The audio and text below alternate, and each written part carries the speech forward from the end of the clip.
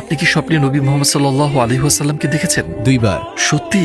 আলহামদুলিল্লাহ। এবং আমার স্বপ্নে আমি বালির উপর হাঁটছিলাম একটা বাতাসের বয়ে চলা পথে, যেখানে আমার উপর শুধু পাথর ছিল। আমি আমার হাঁটুর নিচে তাকালাম এবং একটা পদচিহ্ন দেখলাম। কত আশ্চর্যজনক যে পাথরের মধ্যে একটা পদচিহ্ন আছে। এবং আমি স্বপ্নের মধ্যে জোরে জোরে বললাম, এটা এখানে কেন? কার পদচিহ্ন এটি? এবং আমি পেছন থেকে একটা কণ্ঠ শুনলাম, এটা তোমার পিতা ইব্রাহিমের পদচিহ্ন।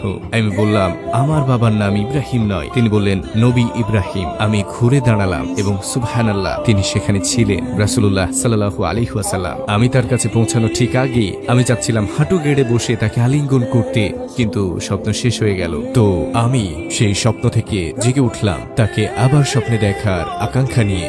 এবং বহু বছর পরে আমি দেখলাম, এবং আমি মরুভূমিতে ছিলাম আর দূরের দিকে দেখলাম তিনি আমার হাত ধরে বললেন, আমি চাই তুমি আরো মানুষের সাথে দেখা করো। তিনি বসে পড়লেন আর আমি ঠিক তার পাশেই বসলাম। তারপর তিনি বললেন, এখানে দেখো, এখানে আছেন আবু বকর সিদ্দিক। তিনি বললেন, আর এখানে আছে উমর ইবনে আল খাত্তাব, এবং এটা ওসমান বিন আফফান, আর এটা আলী বিন আবি তালিব। তারা সবাই তোমাকে ভালোবাসে। স্বপ্নের মধ্যে ভাবছিলাম, কেন তারা আমাকে ভালোবাসে? আমি তো কেউ নই, কেন ভালোবাসে? কিন্তু আলহামদুলিল্লাহ, এটা ছিল আমার জীবনের অন্যতম সেরা স্বপ্ন। আমি আপনাকে ভালোবাসি হে রাসূলুল্লাহ, আমি আপনাকে ভালোবাসি।